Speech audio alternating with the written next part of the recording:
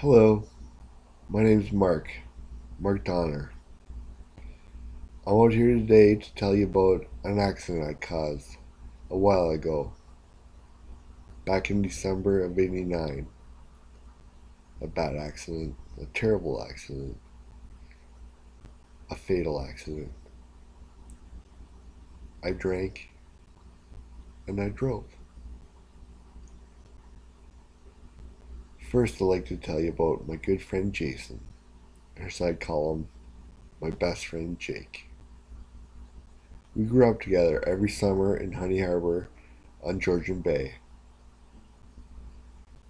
I confessed to him when we were both in a drunken stupor, and he promised me I was going to be the best man at his wedding. I'd always come back with a reply with, like, yeah, and by far. But he kept on saying it, and I'd tell him he was my best friend. He wasn't always my best friend. He didn't become my best friend until our mid teen years. He was a rude, not on purpose, loud, on purpose, obnoxious kind of guy. These qualities just grew funny around that age. He seemed to like that fact, and I certainly did. Solid. That's the best word to describe him. Solid. At just 5'10", he weighed in at 220 to 30 pounds. He had a bit of a gut, but he could flex it like it was muscle. It was muscle. A solid, good-looking guy, and friendly. If you could stand him being your friend, there wasn't anything he wouldn't do for you. If it was possible. And if it was impossible, he'd give it his best shot. The impossible. You'd call it that, and he'd take great pleasure in proving you wrong. He'd started engines that had been broken for years. He'd been able to rig the hot tub at the resort we both worked at in the summer, that he could turn it on any time at night after they'd locked up the controls.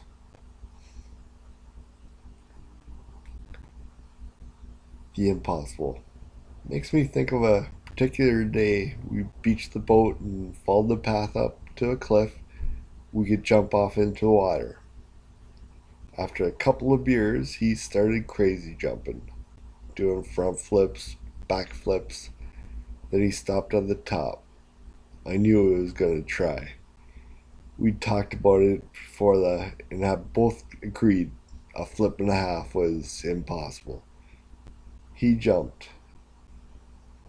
A flip and a quarter. If you've ever heard what a belly flop sounds like from 25 feet up, my condolences to whoever made that noise. He climbed out of the water, back up the cliff, picked up his beer, and sat quietly. Before his tummy returned to its regular color, he sat down his beer again, walked to the edge, paused for only a moment, and jumped. A flip and a half. The impossible. That's why I still have to expect to see him.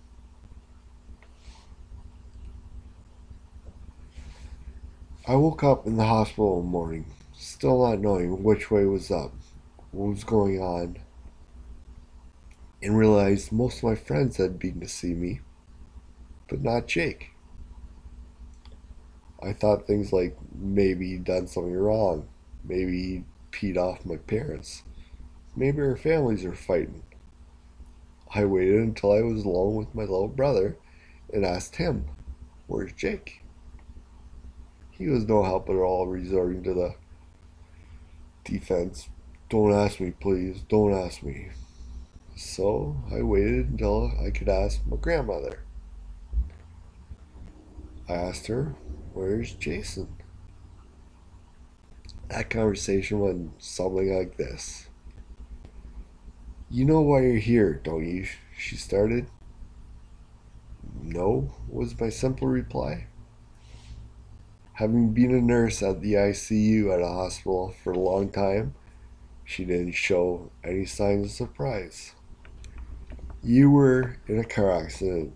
You've been in the hospital for a couple months. You were in a coma for the first month. And where's Jason? I asked again. 3 people got in his car. She began answering, and only 2 got out. Still giving her a confused look, I made her go on. Jason didn't make it. I still haven't cried. They say that your emotions get all screwed up when you injure your brain.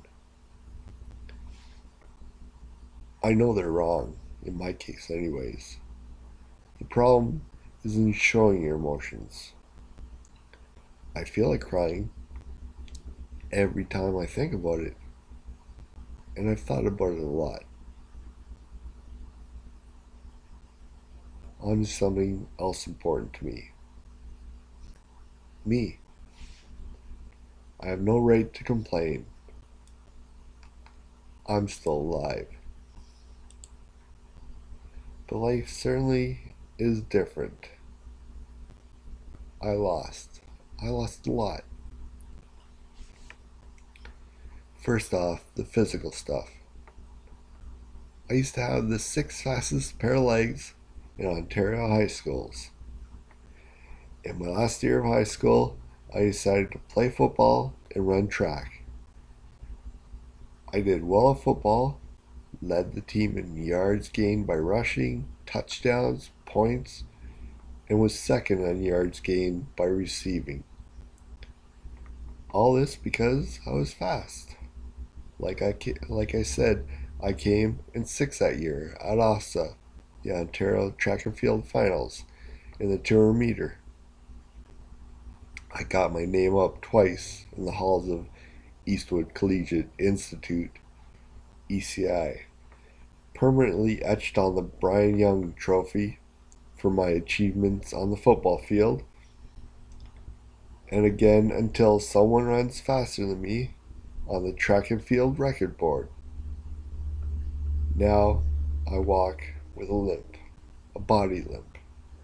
My right side is slow and uncoordinated. Still. Now for something I don't like to talk about a lot. The mental stuff. A lot a lot of times I feel like the character Kevin Kline portrays in that movie, A Fish Called Wanda. It was old when I started giving the speech. Now it's classic. Throughout that movie, he keeps saying, "Don't call me stupid." Here it is. I know if I were to come up to myself and begin a conversation with myself, I'd think I was stupid. And not just because I'd be talking to myself, but the way I talk. Not a stutter, a limp. I talk with a limp. I avoided talking to people for a long time. This made it difficult for years to meet new people, girls. I'm married now, but I met my wife online where she couldn't hear or see any of this. So, what did I lose mentally? I'm not sure I can quantify that, but I definitely did lose. I am brain damaged.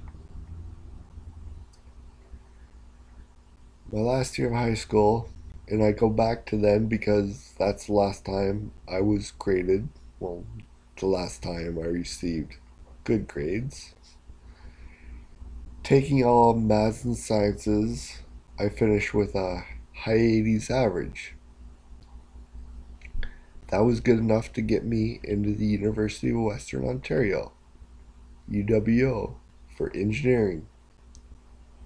Within 2 years of my crash, I attempted first year engineering physics, a course already taken. I flunked the second time. Jake came on a Friday night, picked me up, and we went out for a good time. I never blamed him for how things turned out, and rightfully so, I found out. Almost 2 years after the crash, a judge said I was driving his car, Jason's car. I pray he doesn't blame me.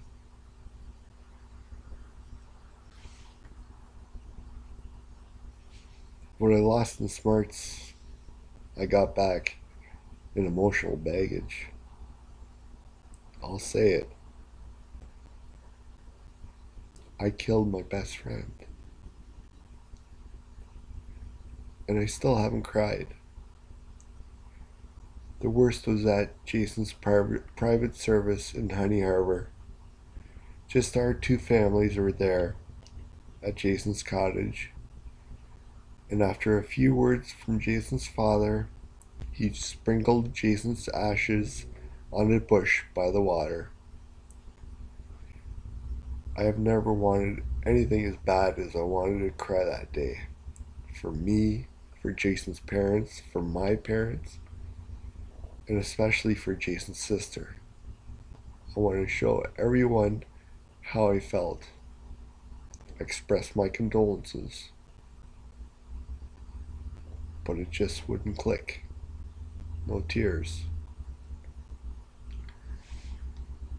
3 people went out one night.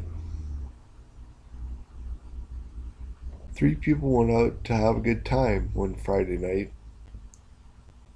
Only 2 are alive to talk about it. One with a fairly big thorn stuck in his conscience, the other missing a leg.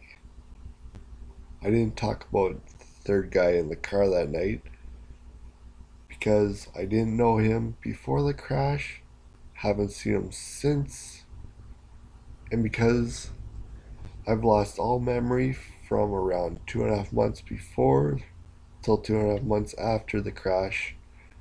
I don't know him now. I do know he was so severely injured he had to have a leg amputated. I don't know what to say. Sorry doesn't cover it. That's my story, and it's still therapeutic for me to tell it. Thanks for listening. Please, please, don't drink and drive.